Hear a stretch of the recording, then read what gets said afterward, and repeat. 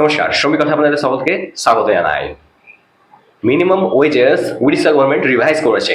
সেই রিভাইজটা করার পর ন্যূনতম যে মজুরি আছে সেটা উড়িষ্যা গভর্নমেন্টের কত হয়েছে এই ভিডিওর মাধ্যমে আমরা আলোচনা করব। আর আমরা এটাও জানবো পশ্চিমবঙ্গ রাজ্যের তুলনায় উড়িষ্যা গভর্নমেন্টের যে ন্যূনতম মজুরি আছে সেটা কতটা বেশি দেওয়া হচ্ছে সেখানে। এবার কথা হচ্ছে কি, এখনো অবধি ওয়েজ কোড যেটা ইমপ্লিমেন্টেশন করার কথা ছিল সেটা কিন্তু এখনো অবধি ইমপ্লিমেন্টেশন করা হয়নি উড়িষ্যা গভর্নমেন্টের মধ্যে। কিন্তু উড়িষ্যা গভর্নমেন্টের যে লেবার কমিশনার ওয়েবসাইট আছে সেখান থেকে যে নোটিফিকেশনটা বেরিয়ে এসছে সেই নোটিফিকেশনটা কিন্তু উড়িয়া ল্যাঙ্গুয়েজ এবং ইংরেজি ল্যাঙ্গুয়েজের মধ্যে রয়েছে। আপনারা চাইলে সেই পিডিএফ ফাইলটি আমি টেলিগ্রামে দিয়ে দেবো, সেখান থেকে আপনারা দেখে নিতে পারেন। এবার কথা হচ্ছে যে ফাইলটি আমরা পেয়েছি সেই ফাইলটির মধ্যে ন্যূনতম মজুরি যেটা দেওয়া হচ্ছে উড়িষ্যা গভর্নমেন্টে সেটা কিন্তু ওয়েস্ট বেঙ্গল গভর্নমেন্টের তুলনায় কিছুটা বেশি দেওয়া হচ্ছে। এখনো অবধি উড়িষ্যা গভর্নমেন্ট কিন্তু 91টা শিডিউল্ড এমপ্লয়মেন্টের ক্ষেত্রে সেই নোটিফিকেশনটা রিলিজ করেছে। এরপর যখন ওয়েজ কোড ইমপ্লিমেন্ট হয়ে যাবে পুরোপুরিভাবে উড়িষ্যা গভর্নমেন্টের মধ্যে, তারপর থেকে কিন্তু সেই ওয়েটটা আরো বেড়ে যাওয়ার সম্ভাবনা রয়েছে। তা চলুন পিডিএফ ফাইলটি আমরা একবার দেখে নিই। আপনার এখানে যেমন দেখতে পাচ্ছেন এটা উড়িয়া ল্যাঙ্গুয়েজে রয়েছে। আমি উড়িয়া মোটেও জানি না, সেই কারণে আমি এই ভাষাটা পড়তে এখানে পারবো না।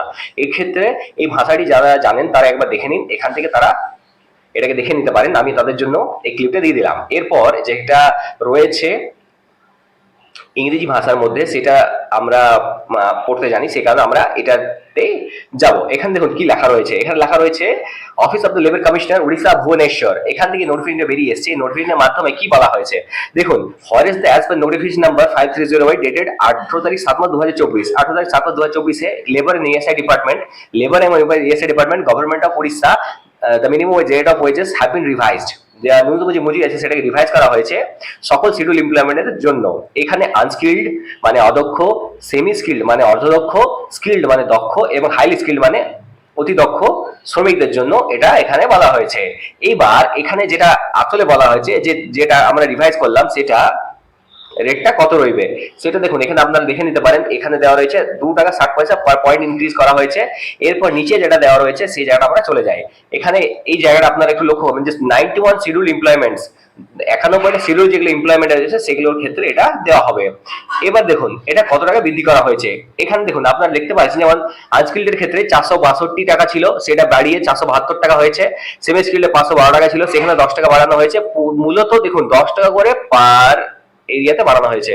এখানে আপনারা দেখতে পাচ্ছেন আনস্কিলে 10 টাকা, সেমি স্কিলে 10 টাকা, হাই স্কিলে 10 টাকা, হাই স্কিলে 10 টাকা, 10 টাকা ভিডি মানে ভ্যারিয়েবল ডেনেস অ্যালাউন্স উড়িষ্যা গভর্নমেন্ট কিন্তু বাড়িয়েছে। এবার কথা হচ্ছে যে উড়িষ্যা গভর্নমেন্ট 10 টাকা ভ্যারিয়েবল ডেনেস অ্যালাউন্স বাড়িয়েছে, আর আমাদের এইখানে পেট্রোল ওয়েস্ট বেঙ্গলে 114 টাকা লিটার, আর উড়িষ্যাতে তাহলে কত? বর্তমানে গ্যাসের দামও কিন্তু চরম হারে বেড়ে গেছে, 981 টাকা একটা গ্যাসের সিলিন্ডার দাম হয়ে গেছে, যেটা কিনা আমাদের ডোমেস্টিক সাপ্লাইয়ের জন্য লাগে। মান্থলি একটা আমরা নিই, সেটা মনে হচ্ছে এবার 1000 টাকাও ক্রস করে যাবে। এবার এখানে যেটা আমাদের কথা ছিল সেটা হচ্ছে স্কিল্ডের ক্ষেত্রে দেখুন 572 টাকা, সেমি হাইলি স্কিল্ডে দেখুন 622 টাকা। তো এটা হচ্ছে বর্তমান রেট। এটা 1 তারিখ 4 মাস 2026 থেকে কিন্তু ইমপ্লিমেন্ট করা হয়েছে। এবার এখানে আপনারা এই নিচে যদি আসেন, নিচে দেখতে পারেন এখানে সিগনেচার রয়েছে, আর এখানে শিডিউল যে এমপ্লয়মেন্ট গুলো রয়েছে সেগুলো এখানে জায়গাটা দেওয়া রয়েছে। আমি এখানে নিচে নিচে নিয়ে যাচ্ছি। এবারে আপনারা চাইলে এটাকে পজ করে দেখে নিতে পারেন, আর আপনারা আমার টেলিগ্রাম চ্যানেল জয়েন করতে পারেন। ওই টেলিগ্রাম চ্যানেলে আমি এই পিডিএফ ফাইলটি দিয়ে দেবো, সেখান থেকে আপনার এটা ডাউনলোড করে নিতে পারেন।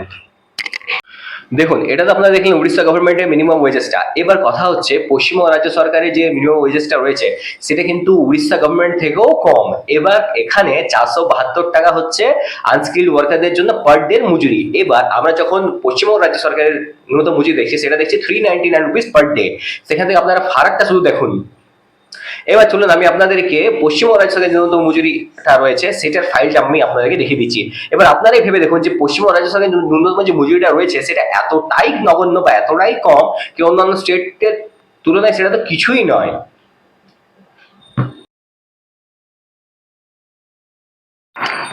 আপনারা এই জায়গায় লক্ষ্য করে দেখতে পারবেন, দেখুন এখানে যেমন যেরকম ভাবে আমরা নিয়েছি পশ্চিমবঙ্গ রাজ্য সরকারের ন্যূনতম মজুরি আছে সেটা সেটা এখানে আমি আপনাদেরকে লিখে দিচ্ছি। এই জায়গাটা একটু লক্ষ্য করুন। আমি আপনাদেরকে বারবারই বলবো, দেখুন এখানে পশ্চিমবঙ্গ রাজ্য সরকারের যে ন্যূনতম মজুরি আছে সেটা জোন এ এবং জোন বি দুটো শ্রেণীতে কিন্তু ভাগ করা হয়। যদি আপনারা কর্পোরেশন এরিয়াতে রয়েছেন তাহলে আপনার এ জোন এরিয়া, যদি আপনারা রুরাল এরিয়াতে রয়েছেন মানে গ্রামাঞ্চলে পঞ্চায়েত এরিয়াতে, পঞ্চায়েত মনে রাখবেন, পঞ্চায়েত এরিয়াতে যদি আপনারা রয়েছেন তাহলে সেটা হচ্ছে বি জোন। এবার এক্ষেত্রে দেখুন আনস্কিল্ডের ক্ষেত্রে 399 টাকা পার ডে, সেখানে বি জোনে 375 টাকা, আবার সেমি স্কিলের ক্ষেত্রে 439 টাকা পার ডে, আবার বি জনের ক্ষেত্রে 412 টাকা। আবার যদি আপনারা এখানে দেখবেন স্কিল্ডের ক্ষেত্রে 483 টাকা, আবার স্কিল্ডে এখানে 454 টাকা বি জনে। আবার হাইলি স্কিল্ডে দেখুন তারও এখানে দেখছেন 531 টাকা, এখানে দেখাচ্ছে 499 টাকা। এই যে ফারাকটা আপনারাই দেখতে পাচ্ছেন, ও কোথায় ছিল ওখানে 472 টাকা, এখানে কোথায় 399 টাকা। এটা হচ্ছে বর্তমানে সেটার পার্থক্যটা। এইবার কথা হচ্ছে এইখানে এটা যদি আপনারা একটু ভাগ করেন তাহলে 472 মাইনাস 399, এখানে আপনারা দেখুন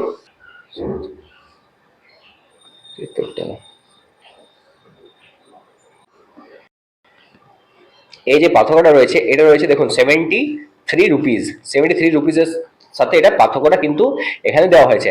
আমরা আগামী দিন দেখবো যে আমাদের পশ্চিমবঙ্গ রাজ্য সরকার যে নতুন মজুরি আছে সেটা যে আমাদের দিল্লি এনসিটি যে ন্যূনতম মজুরি সেটা, অথবা সেন্ট্রাল গভর্নমেন্ট, অথবা আমরা এটাও দেখবো যে সেন্ট্রাল গভর্নমেন্ট মানে হচ্ছে আমাদের কেন্দ্র সরকার যে ন্যূনতম মজুরি দিচ্ছে সেটা নির্ধারণ সেটার সাথে ম্যাচ করে কিনা। কেননা বর্তমানে সেন্ট্রাল গভর্নমেন্ট যে ন্যূনতম মজুরি আছে সেটা হচ্ছে এই জন্য এরিয়াতে 783 রুপিস, আবার বি জনে 693 রুপিস।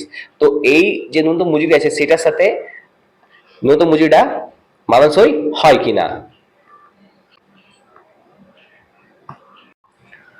দেখুন আপনারা যেমন দেখতে পাচ্ছেন পশ্চিমবঙ্গ রাজ্য সরকারের যে ন্যূনতম মজুরি সেটা, আবার উড়িষ্যা রাজ্য সরকারের যে ন্যূনতম মজুরি সেটার মধ্যে কিন্তু একটি বিশাল পার্থক্য রয়েছে। আবার উড়িষ্যা গভর্নমেন্ট কিন্তু বেজন এরিয়া দেখায়নি, এখানে ন্যূনতম যে মজুরিটা আছে সেটা কিন্তু সবার জন্য সমান রাখা হয়েছে। কিন্তু পশ্চিমবঙ্গতে এ জোন এবং বিজন করে একটু এই যে জায়গাটা আছে এই জায়গাটাকে একটু বিরক্তিকর করে তুলেছে সাধারণ শ্রমিকদের জন্য। আগামী দিনে আমরা দেখব পশ্চিমবঙ্গ রাজ্য সরকার যে নতুন মজুরিটা নিয়ে আসছে সেটা কেন্দ্র সরকার হারে নিয়ে আসছে কি আমাদের দিল্লি সরকার হারে নিয়ে আসছে কি, সেটার মধ্যেও কিছু কারসাজি এরা করছে। আমাদের যে ডেডলাইনটা রয়েছে সেটা 30 জুন কিন্তু লাস্ট ডেট।